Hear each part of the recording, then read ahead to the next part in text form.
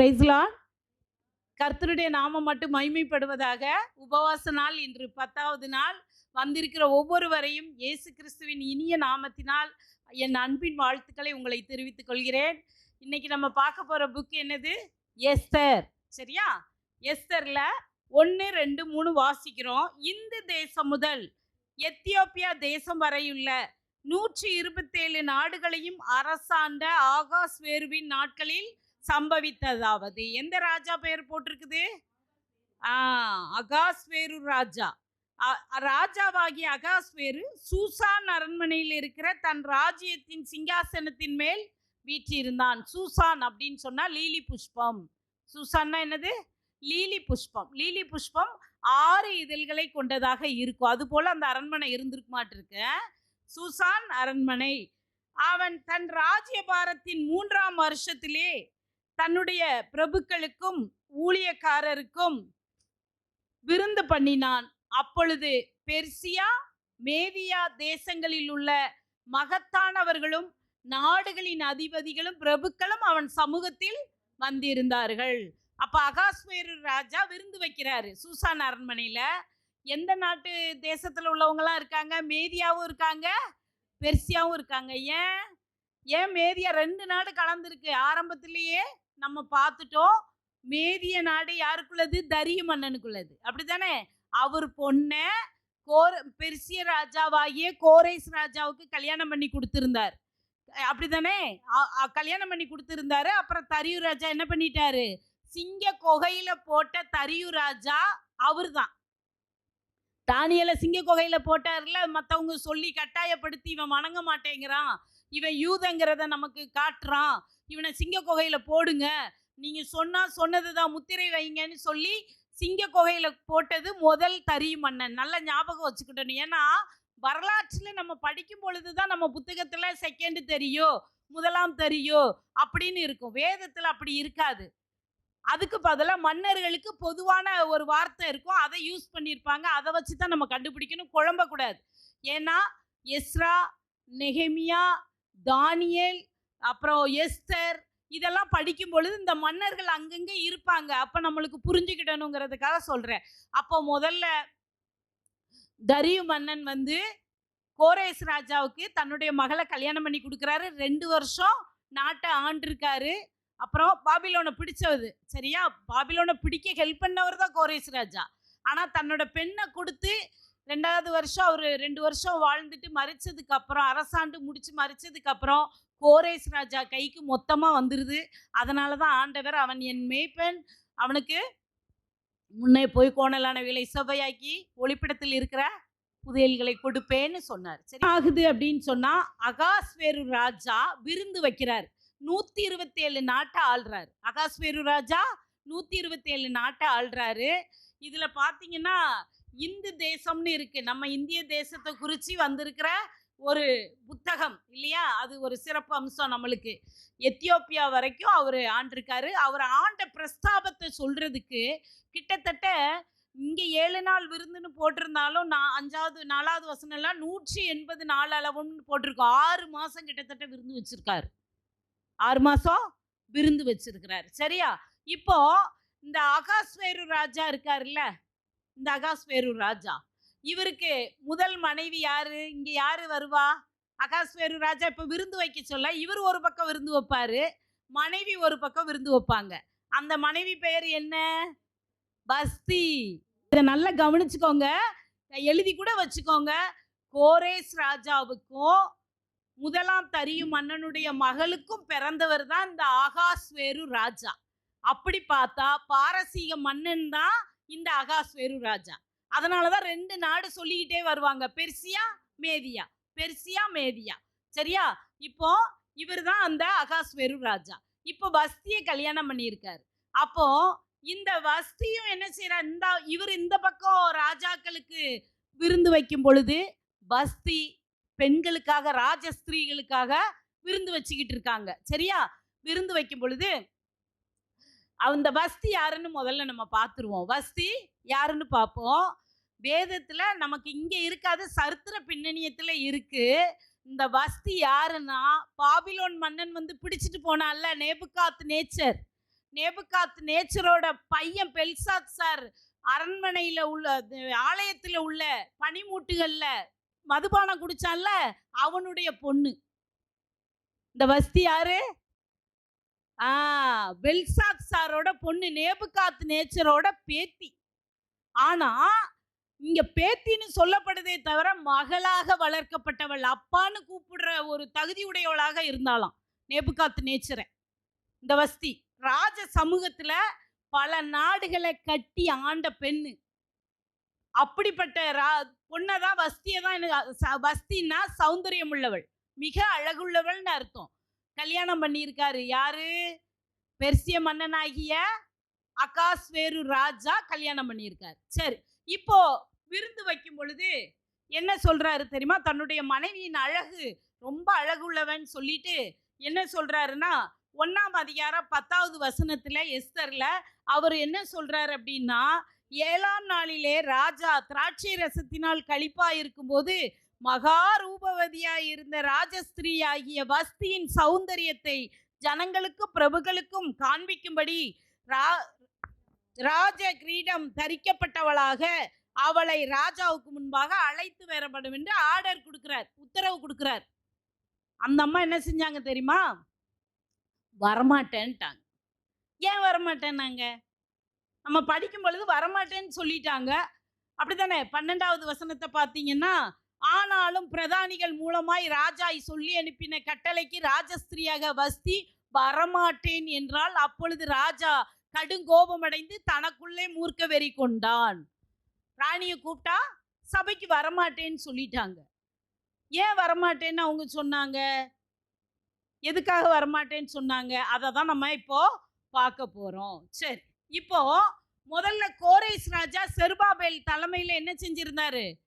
ஆலயத்தின் பனிமூட்டுகளை எடுத்து கொடுத்து பொன் பொருள் பணம் எல்லாம் கொடுத்து என்ன செஞ்சாரு? உங்க ஆலயத்தை போய் அந்த ஸ்தானத்துல கெட்டுங்கன்னு சொல்லி அனுப்புனார் இல்லையா? அனுப்புனாரு தானே? அனுப்புனார். அனுப்பி இருக்கும் பொழுது அங்கே போய் இவங்க ஆலயம் கெட்ட ஆரம்பிக்கும் பொழுது தொபியா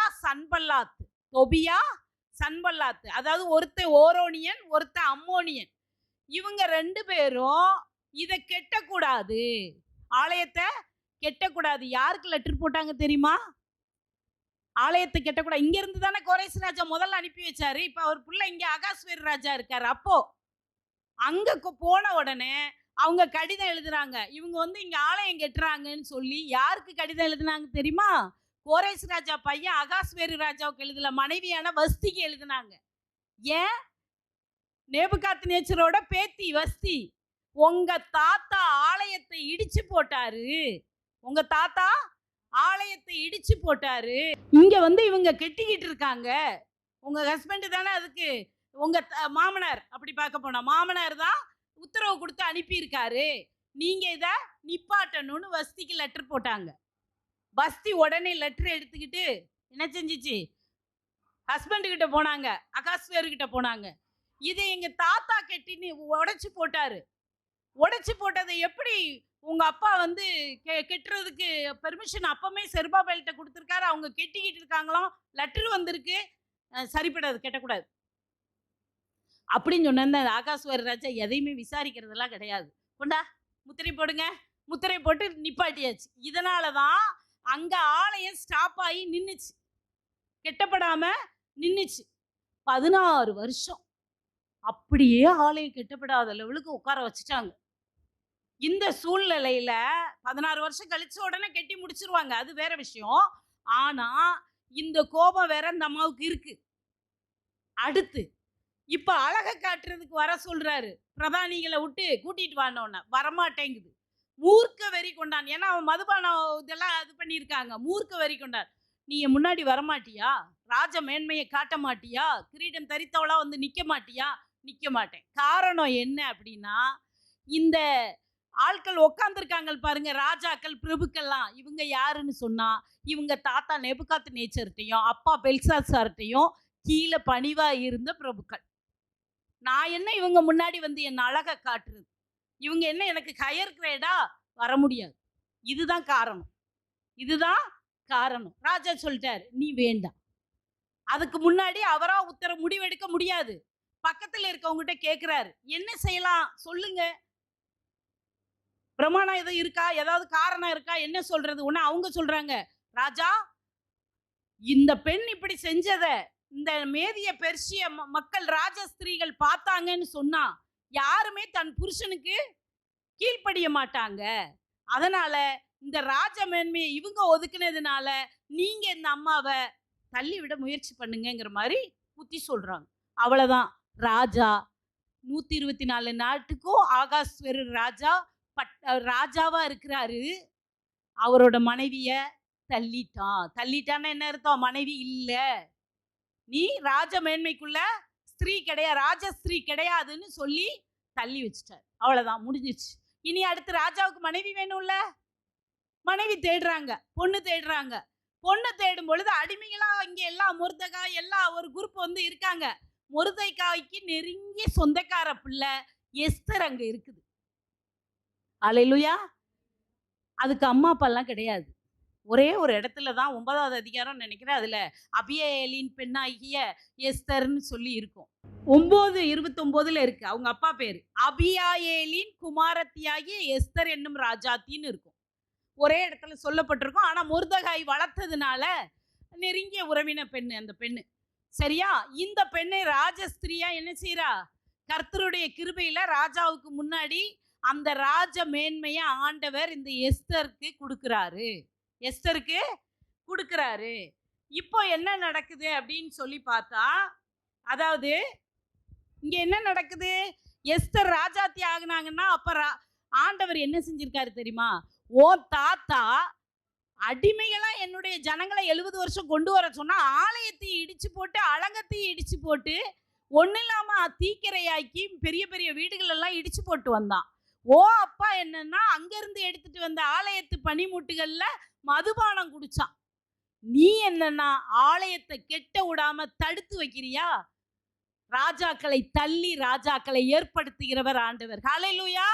நீ என்ன ராஜமேன்மையான ராஜஸ்திரீ, ஒன்ன நான் தள்ளுறேன். யூத பெண்ணாகிய அனாதை, யாரும் இல்லை, வளர்த்தவரிடத்துல இருந்து வந்த ஒரு பெண் அந்த எஸ்தரை ராஜஸ்திரியா ஆக்குறாரு. எவ்வளவு பெரிய மேன்மை. ஹல்லேலூயா. யாருமே இல்லாதான நம்ம நினைக்கிறோமே சில நேரங்கள்ல எனக்கு யாரு இருக்கா, ஆனா கர்த்தர் எஸ்தரை எப்படி உயர்த்திருக்காரு பாருங்க. ஹல்லேலூயா.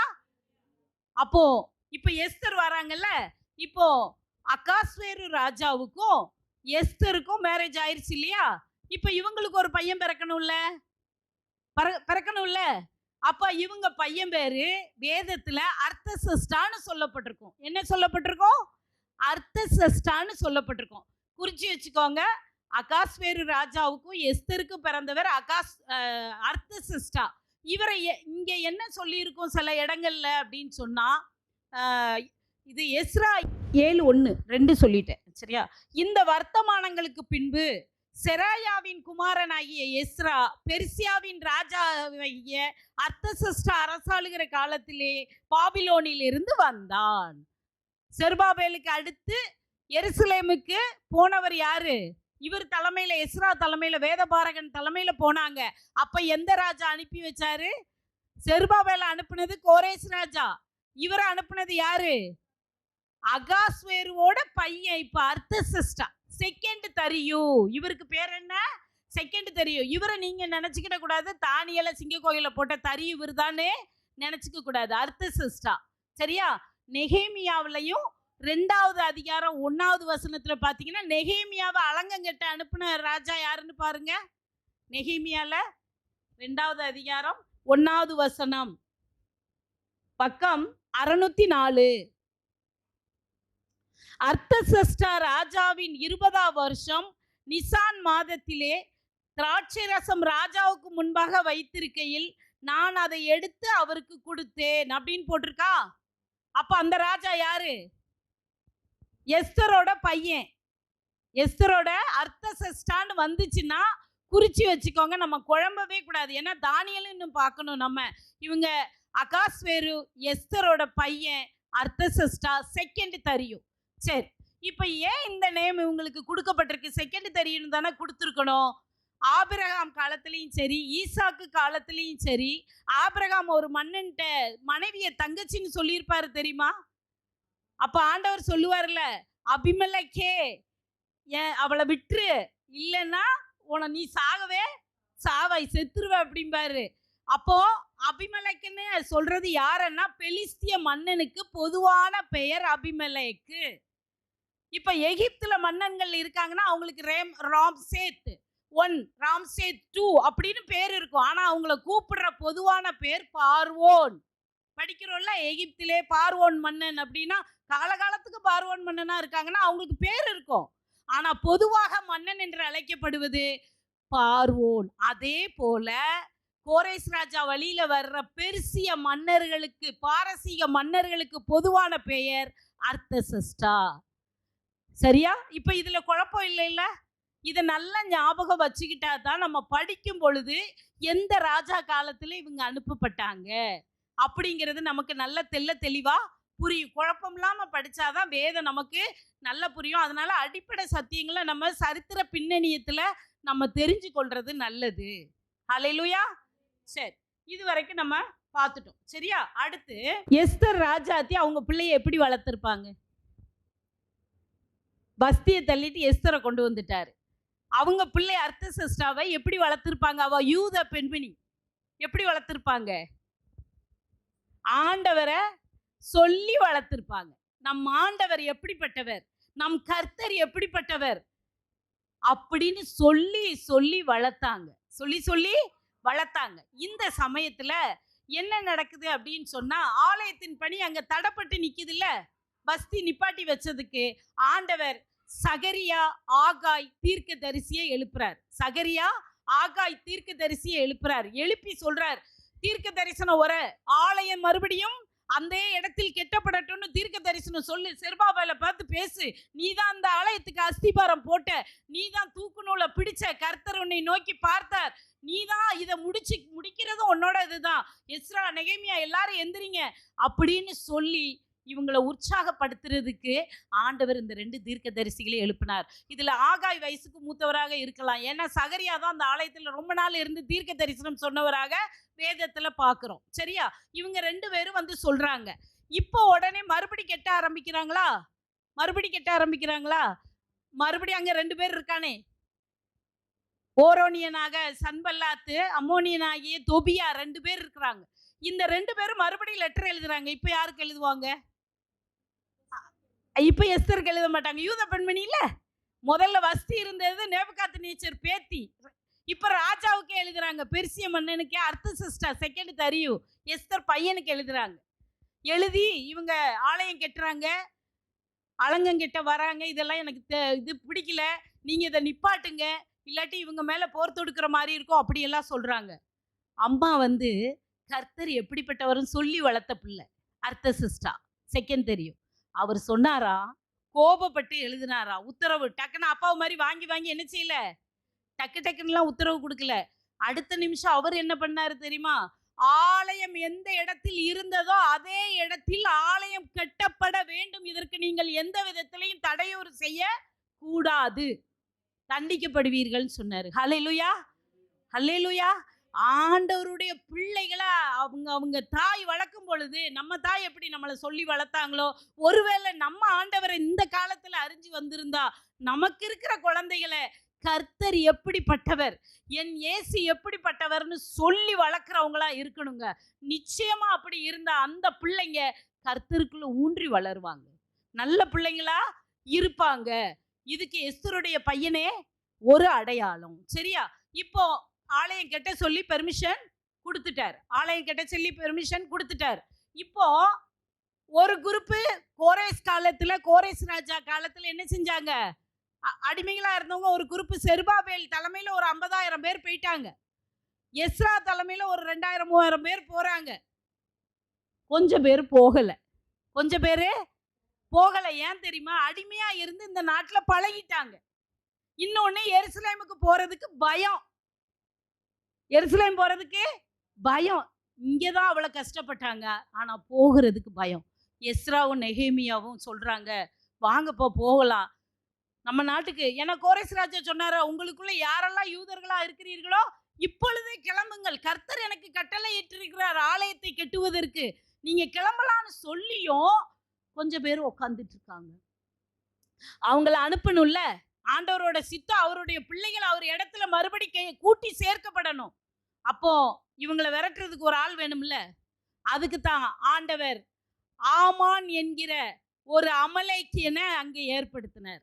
எஸ்தர் புக்ல ஆமான் என்ற அமலேக்கியனை ஏற்படுத்தினாரு. அந்த அமலேக்கியன் என்ன பண்ணினாரு? அந்த ஆமான், இது இந்த ஒரு விஷயத்துக்கு வசனம் மட்டும் சொல்றேன், நீங்க வீட்ல போய் படிச்சுக்கோங்க, சரியா? அதாவது யாத்ராகமம் 17ஆம் அதிகாரம் 14லிருந்து 16 வரைக்கும் குறிச்சுக்கோங்க. யாத்ராகமம் 17ஆம் அதிகாரம் 14லிருந்து 16 1. 2வது உபாகமம் 25ஆம் அதிகாரம் 17லிருந்து 19. 25ஆம் அதிகாரம் 17லிருந்து 19 குறிச்சுக்கிட்டீங்களா? இது ரெண்டும் அமலேக்கியர்கள் ஆதியில இருந்தே ஞாபகம் இருக்கா? நம்ம மோசே யோசுவா போரிட போகும் பொழுது மோசே ஒரு கை ஊரு பிடிச்சிருப்பாரு, அப்படித்தானே? இந்த பக்கம் ஆரோன் பிடிச்சிருப்பாரு. அவர் கீழே கை தொயிற நேரம்லாம் தோத்து போவாங்க, கை உயர்க்கும் பொழுது ஜெயிப்பாங்கல்ல. அப்ப அந்த அமலேக்கியர்கள் கூட தான் அங்க போர் நடக்கும், சரியா? அப்ப ஆண்டவர் சொல்லுவாரு, என் ஜனங்களை இவங்க எவ்வளவுக்கு எவ்வளவு கஷ்டப்படுத்துறாங்களோ இந்த வானத்தின் கீழ் இந்த அமலேக்கியர் இல்லாதபடி இவர்களை முற்றிலும் நான் வெறுத்து போடுகிறேன், இவர்கள் இருக்க மாட்டாங்கன்னு சொன்னார். அந்த அமலேக்கியன்ல ஒரு வழியில தான் அந்த ஆமான் இருந்திருக்கான். இதை ஏன் ஆண்டவரே அவனை தட்டி விடுறாரு அப்படின்னு சொன்னா, மொர்தகாய் இருக்காருல்ல, எஸ்தரை கூட்டிட்டு வந்தாருல்ல, அந்த மொர்தகாய் அரண்மனை வாசல்ல இருக்கும் பொழுது நம்ம எஸ்தரோட பையனுக்கு அப்பா இருக்காருல்ல, அகாஸ்வேரு ராஜா, அவர் ஆளும் பொழுது அவருடைய நண்பனாகிய ஆமான்னு ஒருத்தர் இருக்காருன்னு சொல்லியிருக்கோம் இல்லையா, படையில உள்ளவர், இந்த அரண்மனையில உள்ளவர். அவர் என்ன பண்றாரு அப்படின்னு சொன்னா, அவர் வர்ற நேரம்லாம் எல்லாரும் என்ன செய்யறாங்க? நமஸ்கரிக்கிறாங்க, வணங்குறாங்க, முகங்குப்புற. அந்த அவரு ராஜாவுக்கு ஃப்ரெண்ட் இல்லையா, அப்படின்னு வணங்குறாங்க. மொர்தகாய் வணங்கல, மொர்தகாய் வணங்கல.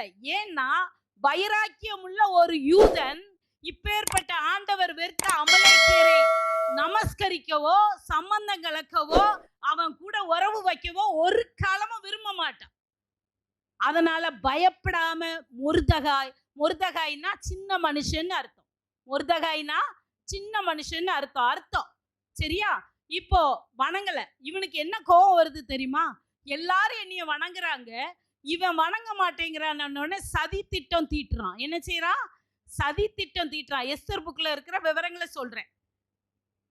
சதி திட்டம் தீட்டி மொர்தகாய் யூத என்னன்னு தெரிஞ்சுக்கிச்சு, அமலேக்கியருக்கு யூதருக்கு ஆகாதுன்னு உடனே 127 நாட்டை அகாஸ்வேரு ராஜா ஆள்றாருன்னா அந்த 127 நாட்டிலையும் யூத ஜனங்கள் இருப்பாங்கல்ல, எல்லாரையும் கொல்றதுக்கு இவன் சதி திட்டம் தீட்டுறான். இவனை போலதானே எல்லாரும் இருப்பாங்க. அப்ப சதி திட்டம் தீட்டின உடனே விறுவிறுன்னு போறாரு ராஜாட்ட போய், ராஜா யூத ஜனங்கள்லாம் சரியில்லை, இவங்களை நம்ம ஏதாவது பண்ணிடுவோம் அப்படின்னு சொல்லிட்டு உடனே கேட்டவுடனே அவர் முத்திரை குத்தி கொடுத்துருவார். ஏன்னா வஸ்திக்கு அப்படித்தானே கொடுத்தாரு, ஆலயம் கேட்டக்கூடாது. அதே மாதிரி ஆமா ஏதாவது செஞ்சிடலாம் அப்படின்னு சொன்னோடனே யூத ஜனங்களெல்லாம் அழிக்க திட்டம் போட்டு பிளான் பண்றான். பிளான் பண்ணும் பொழுது பூர்னு ஒரு சீட்டு போடுறான், இவங்களெல்லாம் தூக்கு போடுறதுக்கு யூத ஜனங்களை அழிக்கணும்னு சொல்லி சீட்டு போடுறான். இந்த சமயத்துல எஸ்தர் ராஜா வித்திக்கும் மொர்தகாய்க்கும் இவனோட சதி திட்டம் என்ன செஞ்சிருச்சு? தெரிஞ்சிருச்சு. உடனே அரண்மனைக்கு அவனை வர சொல்லி ராஜாவுக்கு அவனுடைய குணபாவங்களை காட்டி அவனுடைய சதி திட்டத்தை எஸ்தர் சொல்லிட்டு அதே போல அரண்மனைக்கு வந்து அவர்கிட்ட ஈஸியா ராஜாத்திகள்லாம் வந்து மனைவியாவே இருந்தாலும் ராஜா முன்னாடி வந்து நிக்க முடியாது. வாளை நீட்டினார்னா அந்த வாளோட முனைய வந்து அவங்க தொட்டு இவர் ஓகேன்னு சொன்னாதான் பேச முடியுமா. அப்படி அந்த அம்மா விறுவிறுன்னு உள்ள வந்துருச்சு, கேட்காம கொள்ளாம வந்துருச்சு. வந்துட்டு பிரச்சனைகள் எல்லாம் அலசி ஆராய்ச்சில அவரு கண்டுபிடிச்சிடுறாரு. எந்த தூக்கு மரத்தை ரெடி பண்ணி வச்சுட்டு இந்த மொர்தகாயை போல எல்லாருக்கும் தூக்கு போடணும், அந்த கழுமரத்துல போடணும்னு நினைச்சிட்டு வந்தானோ இந்த ஆமான், அவனுக்கே அந்த தூக்கு மரம், அவன் மனைவிக்கும் உறவினர்களுக்கும் தூக்கு மரத்தை ஆண்டவர் திசை திருப்பி விட்டுட்டார். அந்த பூர்னு சீட்டு போடுற அந்த நாளை இவங்கெல்லாம் சந்தோஷமா கொண்டாடுறதுக்கு பூரீம்னு ஒரு பண்டிகையை கொண்டாடினாங்க. பூரீம்னு ஒரு பண்டிகையை கொண்டாடினாங்க. அப்போ எஸ்தர்னா, அதுக்கும் எஸ்தர் வந்து பாரசீக பேர். எஸ்தர் என்ன பேரு? பெர்சிய பேர். இங்க வந்த பிறகு அவங்களுக்கு எஸ்தர். எஸ்தர்னா நிலவு அல்லது நட்சத்திரம்னு பேரு. நிலவு அல்லது நட்சத்திரம்னு பேரு. ஆனா அவங்களுடைய இயற்பெயர் என்னது தெரியுமா? எபிரேய மொழியில அத்சால். அத்சால். அத்சால்னா மிருது செடின்னு அர்த்தம். அத்சால்னா மிருது செடி. மிருது செடினா மிட்ரில் ட்ரீன்னு சொல்லுவாங்க. மிட்ரில் ட்ரீன்னு சொல்லுவாங்க. இது என்ன அப்படின்னு சொன்னா, இவங்க எருசலேம் கானானுக்குள்ள எல்லாம் போயிட்டாங்க இல்லையா? அப்ப ஒரு 7 பண்டிகை ஆண்டவர் அதை ஆசாரிக்க சொல்லும் போது, கூடார பண்டிகைன்னு சொல்லி காட்டுக்குள்ள வந்து கூடார பண்டிகை போடுவாங்க தெரியுமா? அந்த கூடார பண்டிகை போட்டு, அதாவது வனாந்தரத்துல நடக்கும் பொழுது டெண்டு போட்டு இருந்தாங்கல்ல, அதை நினைவு கூறும்படியாக வருஷத்துல ஒரு தடவை கூடார பண்டிகைக்கு வருவாங்க காட்டுக்கு. அவங்கள எந்த விஷ ஜந்துக்களும் தீண்டாதபடிக்கு இருக்க ஆண்டவர் அவங்களுக்கு கொடுத்த செடி மிருது செடி. ஹல்லேலூயா. அப்படிப்பட்ட ஒரு விஷத்தன்மையை அண்டாத ஒரு பேரு இந்த அக்சால்ங்கிற பேர். இங்க பாரசீக மன்னனுக்கு இங்க மனைவியா வர்றதுனால எஸ்தர்னு அவங்க பேர். நட்சத்திரம் அப்படின்னு சொல்லி கிழக்கத்திய நட்சத்திரம் அல்லது நிலவு அப்படின்னு சொல்ற மாதிரி இருக்குது. சரியா? இப்போ என்ன நடக்குது? இப்போ என்ன நடக்குது அப்படின்னு சொன்னா, ஆமான் வந்து தூக்கு போட வந்த உடனே என்ன ஆகுச்சு? இவங்களெல்லாம் தூக்கிலிடணும்னு நினைச்ச உடனே எல்லா யூதர்களும் பயந்து இருந்தாங்க இல்லையா? இப்போ எல்லாரும் அவன் செத்து போனான்னு உடனே நாங்க எல்லாரும் எங்க ஊருக்கு போறோம், எருசலேம் போறோம். மீதி இருந்தவங்க எல்லாம் போகாம இருந்தாங்கல்ல, ஆண்டவர் போக வச்சுட்டார். இதுக்கப்புறம் நாங்க போறோம்னு கிளம்பி போயிட்டாங்க. மொர்தெகாய ஆண்டவர் சின்ன மனுஷனா இருந்தவரை பெரிய மனுஷனா மாத்தி அவனுக்கு ராஜ மேன்மைய, அதாவது அந்த ராஜஸ்திரீ தகப்பன் ஒரு ஸ்தானத்தை அங்க ஆண்டவர் அவருக்கு அங்க கொடுத்தாரு. ஹல்லேலூயா. ஹல்லேலூயா. இதுதான் எஸ்தர் புக்குக்குள்ள இருக்கிற விஷயங்கள். ஹல்லேலூயா. கர்த்தருடைய நாமம் மட்டும் மகிமைப்படுவதாக. ஆமென்.